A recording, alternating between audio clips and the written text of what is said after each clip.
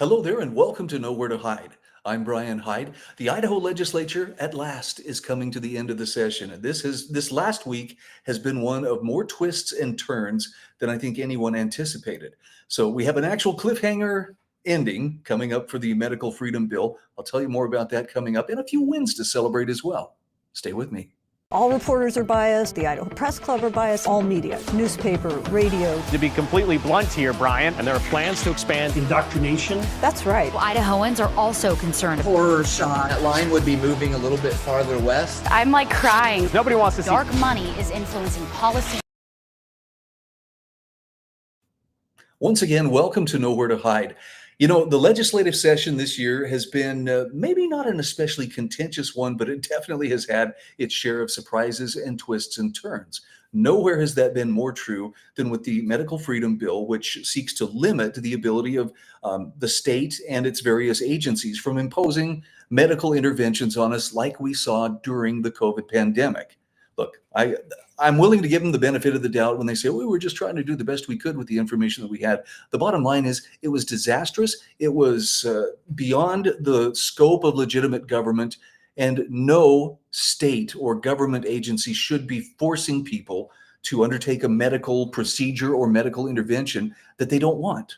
So it's sad we have to put it into law, but that's really what's needed. And of course, the House and the Senate both passed a bill that went to the governor, which he vetoed a week ago at the very last minute, and said, no, I'm worried that we can't send home students that have lice or that are sick with the flu or measles or something.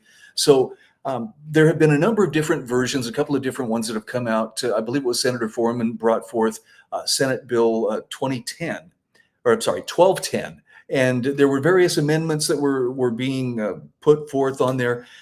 So here's the kicker. I'm gonna spoil the surprise here for you. This is one of the people who was part of our Capitol Clarity this week. That's Leslie Manukian.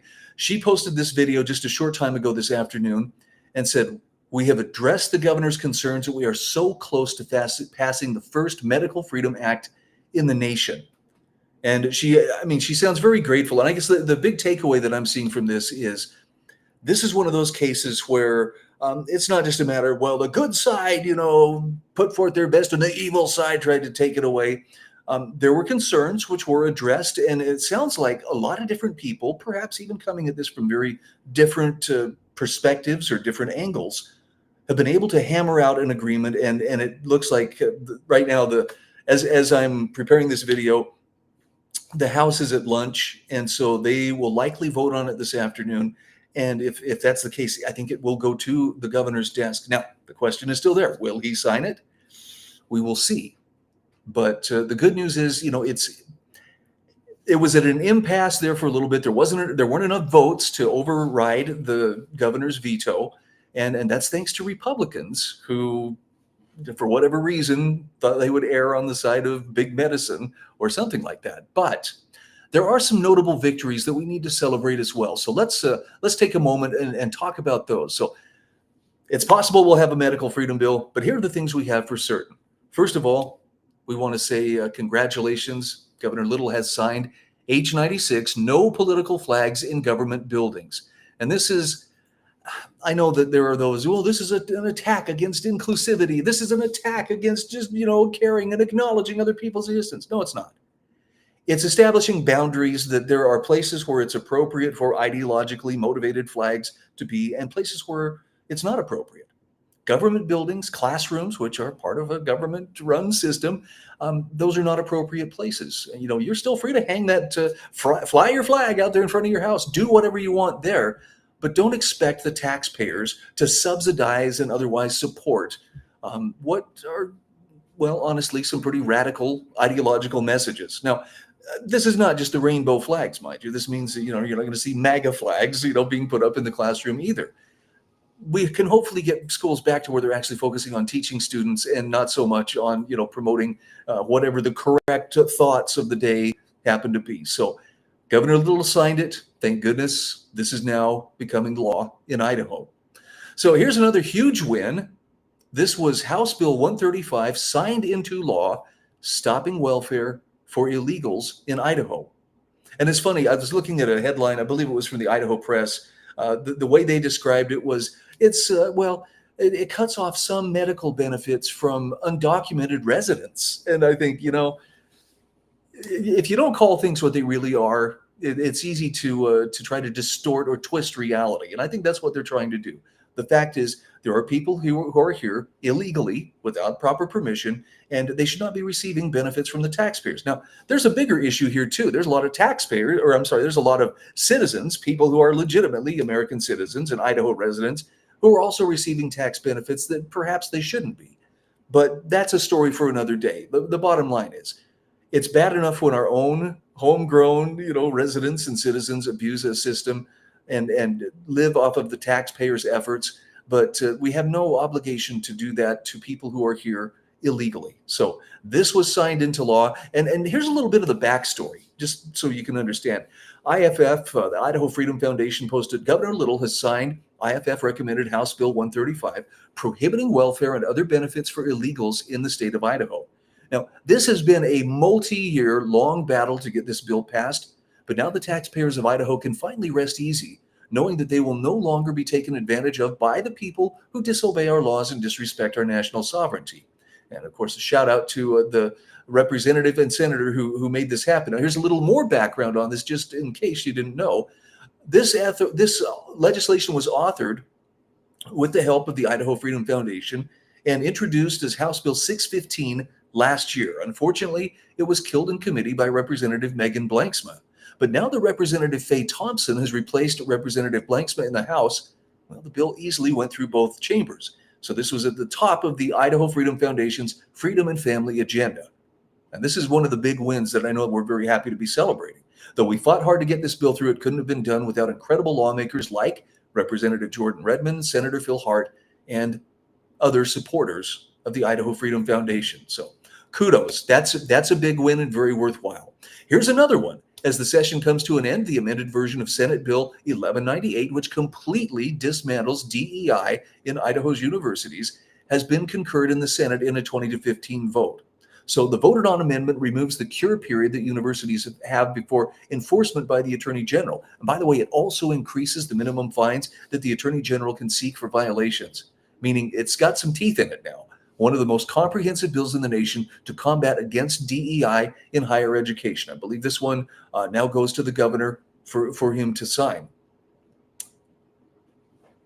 So take note here. These are GOP senators Guthrie, Lent, Van Orden, Cook, and Woodward debated against the bill. And, is it because they're standing for big education and not our students? Well, it's interesting how hard they fought against this particular bill. And here's another one. This is actually a really good reason to celebrate. Just like that, Idahoans will soon be able to purchase ivermectin over the counter anywhere in the state. Now, this may not seem like a big deal, but I want to remind you that during the first part of the pandemic, in fact, especially as the vaccine was rolled out, people were absolutely being forbidden to access ivermectin. You could get a prescription from a doctor, but go to a pharmacy, and often the pharmacist would say, I can't fill that for you. Or you'd see, the late night comedians, it's horse paste, it's snake oil. But the fact of the matter is, and I say this having had firsthand experience with ivermectin and hydroxychloroquine, people got results. And people should be free to choose, make their own informed decisions. This is what informed consent is all about. This is why we need that medical freedom. And it's just wonderful to see that Idaho, like several other states so far, is now making that drug, which, by the way, is good for so many things besides, as a treatment for COVID, but also for a number of other different ailments. Ivermectin is, use the term miracle drug carefully, but it really does a lot. There's a reason why the folks who discovered it received a Nobel Prize back in 2015 for that discovery. It's been around for a long time, since the late 70s, but hasn't been used in humans since about 1987, and before that, and it's still used today.